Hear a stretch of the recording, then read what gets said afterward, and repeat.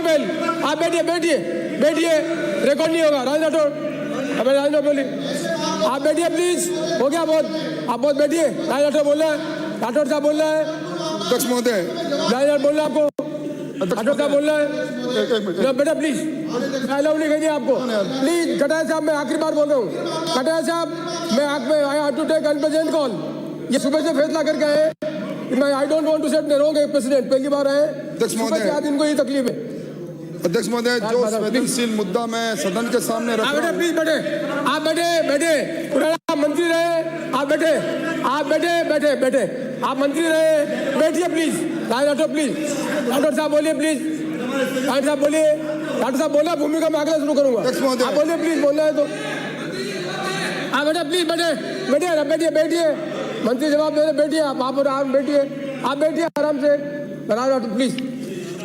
अध्यक्ष महोदय, मैं मंत्री जी प्लीज, जो संवेदनशील मुद्दा मैं सदन के सामने रख रहा हूं, मुझे उम्मीद है कि सरकार उसका भी जवाब नहीं देगी। अध्यक्ष महोदय, हम रहे ना रहे, ये सदन रहता है, सदन का रिकॉर्ड सदियों तक लोग पढ़ते हैं, और उस सदन के रिकॉर्ड पर जब ये बात आएगी कि एक मंत्री पर पूर्व के मंत्री ने आरोप लगाया और मंत्री अपनी सीट पर बैठे, माननीय मंत्री जी प्लीज, आप बैठे प्लीज, मैं आपको बंद करें, नहीं बनना है तो आप किस पे बोल रहे हैं, ये कोई तरीका नहीं है, आप बोल किस पर रहे, आप जिम्मेदार आदमी है, नहीं बोल रहे, इस पर बात अगला सिलसिला शुरू करें। मैं बड़ी जिम्मेवारी से कह रहा हूं, मैं भी जिम्मेदारी से बोल रहा हूँ, जो आपको स्थगन प्रस्ताव दिया उसको बोलिए। अध्यक्ष महोदय, आपका भी इतिहास जब मैं पढ़ता हूं, आप मेरा इतिहास बाद में पढ़ लेना, पहले स्थगन साहब बोले आप जैसे संवेदनशील और माननीय सदस्य, मैं अगला प्रश्न ले रहा हूँ, आप बैठिए, फिर आप हो गया, आपका मान लिया गया, पढ़ लिया, मान लिया गया। अध्यक्ष महोदय, आज एक प्रमुख समाचार पत्र ने एक विज्ञापन लिखा, और उस विज्ञापन में लिखा, फ्राइडे पोस्टर, कब होगा बजरी माफिया का गेम ओवर, देखते रहिए विधानसभा का एक्शन। मैंने स्थगन इसलिए लगाया अध्यक्ष महोदय कि वो प्रमुख समाचार पत्र लिखता है, मुद्दा है पर इनको टाइम नहीं, स्क्रिप्ट तैयार है, सब्जेक्ट तैयार है, बजरी माफियों का अंतक है, क्लाइमैक्स होना है, परंतु विधानसभा मौन है। अध्यक्ष महोदय, राजस्थान के अखबारों की सुर्खियों में बजरी माफियों का अंतक कोई नया नहीं है, पिछली सरकार ने। अध्यक्ष महोदय, जब पहली बार राज्यपाल, महामहिम राज्यपाल का अभिभाषण यहाँ सरकार ने दिलवाया, संसदीय कार्य मंत्री जी, उस समय आपने 17 जनवरी को राज्यपाल महोदय के अभिभाषण के पर 27 के पैरा 66 में कलवाया। विगत वर्षों से अवैध बजरी खनन से आम आदमी को जिस परेशानी का सामना करना पड़ा, उसे हल करने का प्रयास करेंगे। खनिज बजरी के खातेदार भूमि पर 4 हेक्टेयर तक खनन पट्टे संबंधी खातेदार का आवंटन करने की कार्रवाई करेंगे, और खनिज बजरी के विकल्प को भी ढूंढने का काम करेंगे। एम सेंट पॉलिसी लेकर आएंगे। ये आपने कहा इसी सदन के अंदर 17 जनवरी को। और यही नहीं, जिस जन घोषणा पत्र को आपने अपना नीति पत्र बनाया, उस जन घोषणा पत्र के पृष्ठ 19 में आपने लिखा, राजस्थान की आवाम को प्रदेश में बजरी खनन की समस्याओं को प्राथमिकता के आधार पर यथोचित समाधान करने का आश्वासन हम देते हैं। यानी आज आपकी सरकार 190 दिन के लगभग पूरा कर रही है, और हालत क्या है अध्यक्ष महोदय कि बजरी माफिया अंतक का पर्याय बन चुके हैं।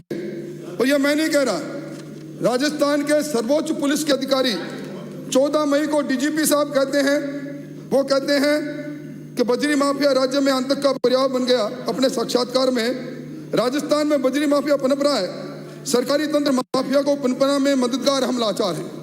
माने राजस्थान का डीजीपी कह रहा है कि बजरी माफिया के सामने हम लाचार हैं। और हो क्या रहा है, 1000 से ज्यादा अध्यक्ष महोदय अपराधी, शराब तस्कर और हिस्ट्री सीटरों के गठबंधन ने ऐसा गठबंधन तैयार हो गया कि आज चाहे पुलिस हो, चाहे यातायात पुलिस हो, चाहे खनन विभाग हो, परिवहन विभाग हो, चाहे प्रशासन हो, सारे इस गठबंधन के सामने नतमस्तक हो गए और पुलिस के अधिकारियों के और कर्मचारियों की पिटाई रोज अखबारों की सुर्खियां बन रही है। अध्यक्ष महोदय, हालात इतनी बुरी है कि एसपी धौलपुर तक बजरी माफिया फायरिंग कर देते हैं। और इससे भी बड़ी बात अध्यक्ष महोदय, इस राजस्थान की राजधानी में करखनी इलाके में मैं धन्यवाद देना चाहूंगा यातायात मंत्री जी, आप उस मामले में उस शोकाकुल परिवार के पास गए भी। किशोर सिंह का सिर्फ कसूर इतना था कि उसकी रिहायशी जो इलाका था, जिस सोसाइटी का वो अध्यक्ष था, वहां रोज बजरी के डंपर दनादन चले आ रहे थे। उसने वहां कहा कि ये बजरी के डंपर इस मेरे इलाके से नहीं जाएंगे। उसको चेतावनी दी कि आपने रोका तो इसका परिणाम भुगतना पड़ेगा, और किशोर सिंह को चेतावनी देकर कुचल के मार दिया। इससे बड़ी बात क्या हो सकती है अध्यक्ष महोदय? अध्यक्ष महोदय, कल आपने समाचार पत्रों में पढ़ा होगा, एक नौजवान अजय मीणा और सुनीता मीणा की शादी होती है। लाल पोशाक के अंदर सुनीता मीणा विधवा हो जाती है और कारण बनता है कि बजरी का भरा एक ट्रोला आता है, सभी जगह बंदी देकर आता है, टोंक से आता है, सीकर हवाई अड्डे पर चढ़ता है। एक आरटीओ का कारिंदा जो जिनको अपनी मंथली मिली नहीं, वो इसका पीछा करता है और वो ट्रोला आकर टक्कर मारता है, दुल्हन की मौत हो जाती है और दुल्हन का सुहाग उजड़ जाता है। इस प्रकार की हालत है। अभी 20 जून को अध्यक्ष महोदय ब्यावर के अंदर एसडीएम जाते हैं, बजरी के ट्रक को रोकते हैं, बजरी का ट्रक उसे टक्कर मारता है और उसके बाद एक एफआईआर दर्ज होती है, कोई कार्रवाई नहीं होती। आज अवैध बजरी ये सोना उगलने का एक माध्यम बन गया और राजस्थान की राजधानी में अध्यक्ष महोदय, मैं रोज की बात कर रहा हूं, बड़ी जिम्मेवारी से बात कर रहा हूं, 6 करोड़ की बजरी 400 ट्रकों के माध्यम से सरेआम काला कारोबार हो रहा है। ऊपर तक बंदी है, बड़े बड़े लोग मिले हुए अध्यक्ष महोदय। और यही नहीं अध्यक्ष महोदय, राजस्थान के अंदर जो बड़े शहर है, प्रतिदिन 10 करोड़ की अवैध बजरी राजस्थान के बड़े शहरों में सवाई माधोपुर और टोंक से निकल कर आती है। इससे बड़ी बात क्या हो सकती है? और अध्यक्ष महोदय, हालात इतनी बिगड़ गई, इसी 4 मई को राजस्थान का उच्च न्यायालय सरकार को नोटिस देता है कि सारे एसपी इसकी मॉनिटरिंग करें, चेक पोस्ट लगाएं, सीसीटीवी कैमरा लगाएं। अध्यक्ष महोदय, आपने देखा होगा हमारा राष्ट्रीय घड़ियाल अभियान धौलपुर में है और घड़ियाल में वहाँ प्रजनन का समय 20 मार्च से 25 अप्रैल के बीच में होता है। घड़ियाल तट पर आकर प्रजनन करते हैं। इस बार वो प्रजनन इसलिए नहीं हुआ कि बजरी माफियों ने चंबल के किनारों को खोद डाला और चंबल के किनारों पर अवैध बजरी के ट्रक खड़े कर दिए, इतने ढेर लगा दिए कि घड़ियाल वहां पहुंच नहीं पाया। मुख्यमंत्री जी जून के एक दूसरे सप्ताह में समीक्षा करते हैं, परंतु ढाक के 3 पार। अध्यक्ष महोदय, न्यायिक विवाद के कारण 17 नवंबर 2017 से आज राजस्थान में वैध बजरी बंद है।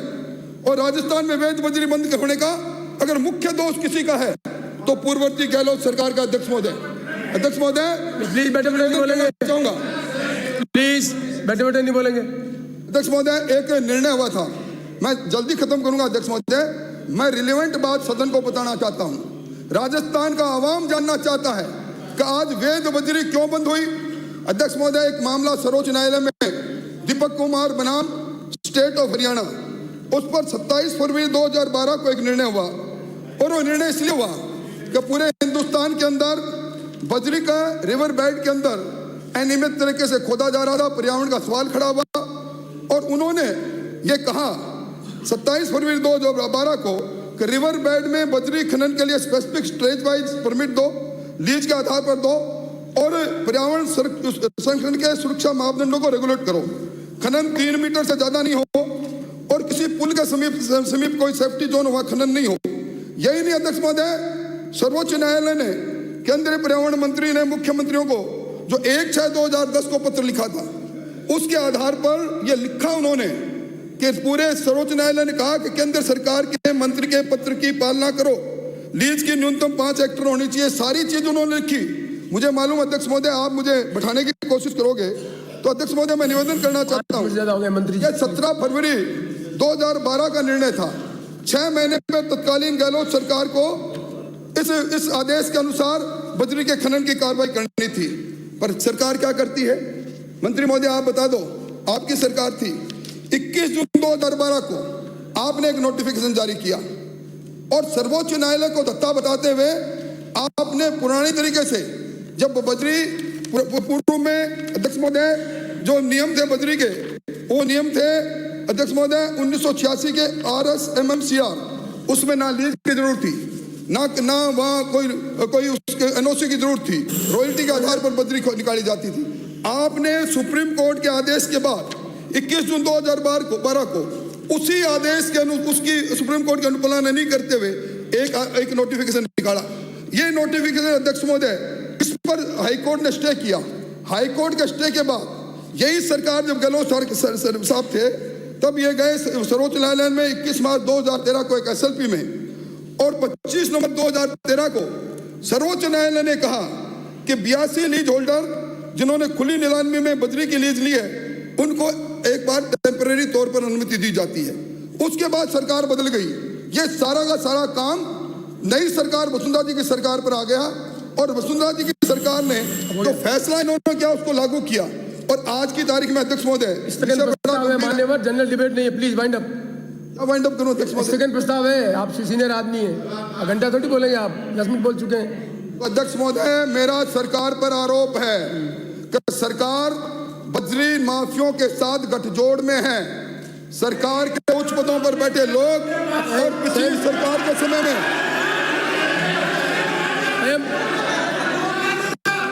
और अध्यक्ष महोदय बेटे, प्लीज वाइंड अप। अध्यक्ष महोदय, प्लीज वाइंड अप।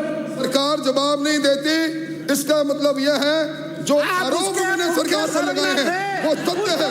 आज माफिया ने राजस्थान के अमन चैन को बेटे, अगर सरकार जवाब नहीं देती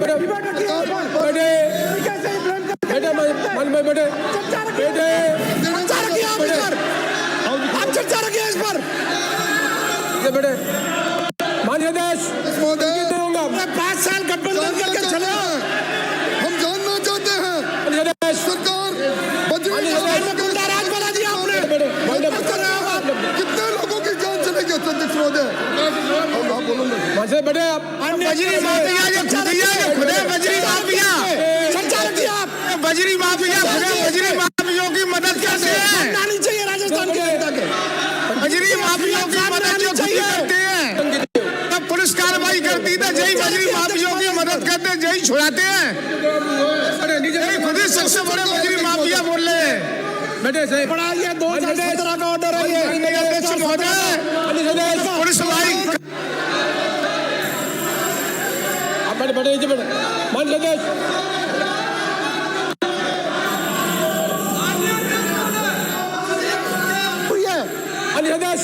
माने बेटे, बेटे प्लीज, आप बेटे क्या करें? माने बेटे प्लीज, बेटे प्लीज, बेटे माने वाइंड अप करें। मानी सदेश वाइंड अप करें। मानी सदेश वाइंड अप करें। अध्यक्ष महोदय, आप प्लीज बेटे, आप बेटे अंकित है बेटे, बेटे नीचे बेटे, आप बेटे प्लीज, आप बेटे प्लीज, बेटे प्लीज, बेटे ये जो पाप पूर्ववर्ती सरकार ने किया, जो नोटिफिकेशन, अबे आधा घंटा चर्चा हो गया। आप सेकंड प्रस्ताव बोल रहे हैं। कई मुद्दे ऐसे हैं जिनमें अलग तरह से लेके आइए, अलग तरह से लेके आइए, जानना चाहता है। ये आज अखबार पोस्टर विज्ञापन, धन्यवाद। सारी सरकार मौन पड़ी है। अरे यार सारी सरकार आप बैठिए प्लीज, आप बैठिए प्लीज।